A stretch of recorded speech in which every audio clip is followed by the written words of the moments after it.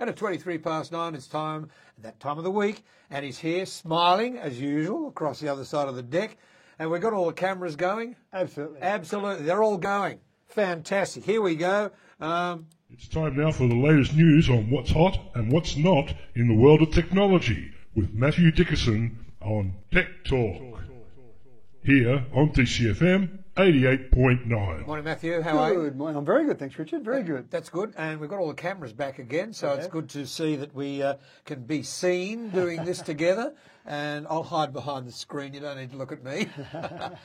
Look, some really good stories this morning. And I want to, firstly, you've got old videotapes at home. I've got reel-to-reel, 10-inch reel-to-reel tape with old radio programs on there. Yep. I used to work at a radio station where I had to record weekend programs, and they put them on 10-inch tapes.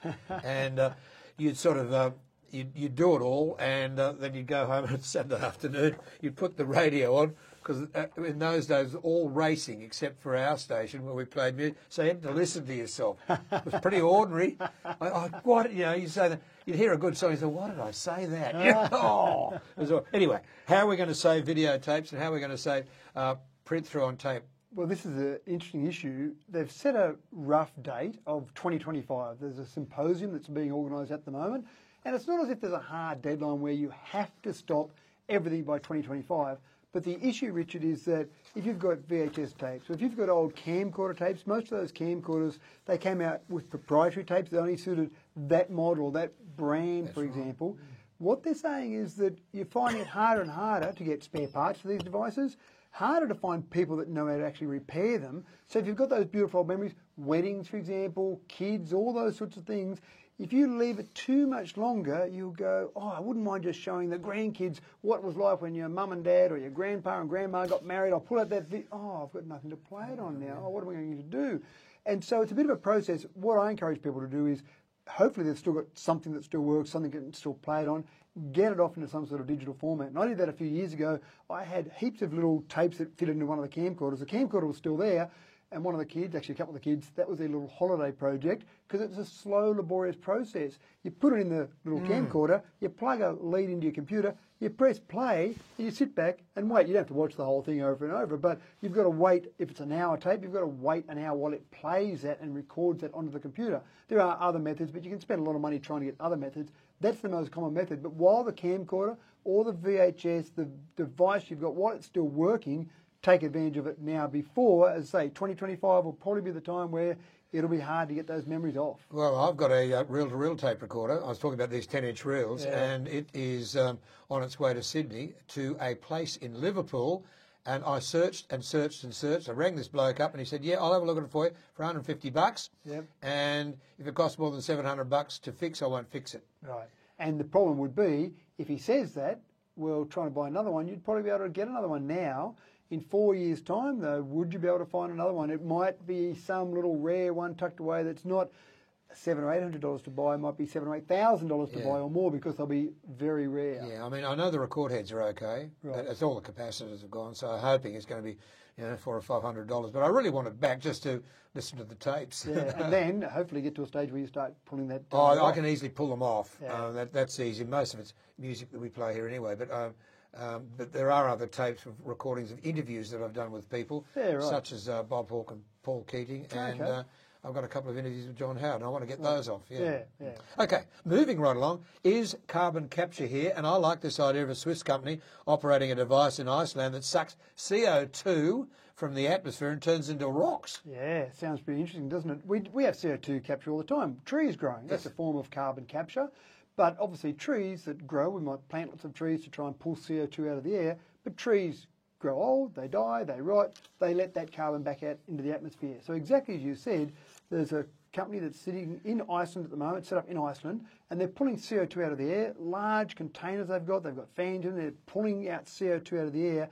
And sometimes companies do that, for example, to put it into soft drinks. So they say, well, rather than create CO2 or pull it out of the air, put it into soft drinks, but obviously that goes back into the air when we burp, for example. Drink a soft drink and then we burp, there's CO2 back in the air. This pulls it out of the air, combines it chemically with a rock-like substance. It forms a rock. They bury that a couple of 100 metres underground, and that's it. That carbon's been captured out of the air. Now, the problem is at the moment, they're pulling out 4,000 tonnes a year. We're producing, say, 50 billion tonnes a year. So it's a minuscule amount.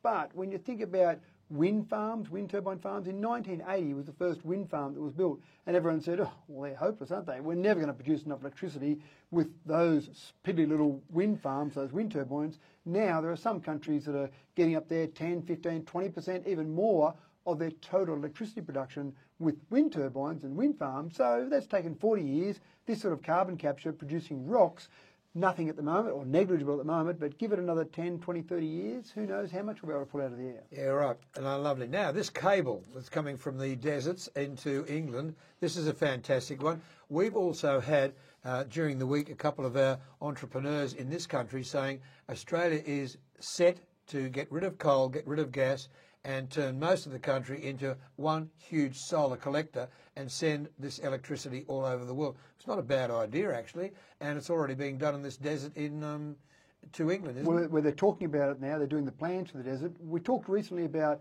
the longest subsea cable in the world, joined the UK to Norway. So that's fantastic. The UK's got 4 other cables that go under the sea across to Europe, because the UK hasn't got much sunshine. It's got some wind turbines, but a lot of coal still. And they're trying to put more and more renewable power, but they want the flexibility to take power from different areas, and then they'll start selling it back to Europe. The idea is to try and get that ability to interconnect grids from various countries. This particular cable we're talking about, 724 is the longest, 724 kilometres is the longest subsea cable at the moment. This cable, we're talking about over 3,000 kilometres going across, say, to Portugal and Spain and picking up renewable power, solar power, bringing it across to the UK.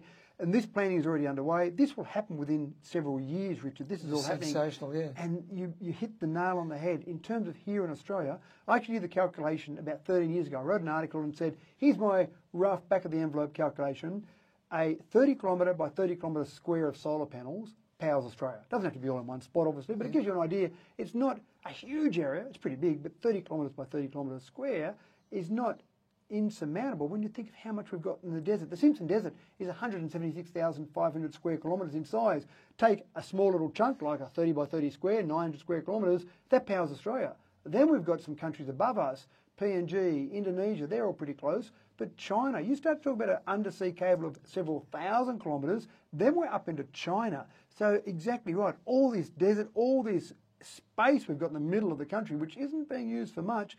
Imagine producing all that power there and selling it off to other countries, much better than digging up coal and selling that around the world. So absolutely, I can see that happening. And all these subsea cables that are being produced around the world, then let's get to the point where we learn from those, then start to do it in our country. Yeah, I think it's a magnificent idea, and I really hope that it works. I'm just wondering what the loss, though, along these cables will be. Will they have to have generators somewhere to keep the power going? No, fantastic. So when you look at undersea cables, obviously high voltage, if you remember from high school physics, P equals IV. That's right. You increase the voltage, you decrease the current, and then V equals IR is the other formula you use to actually work out how much voltage loss you have.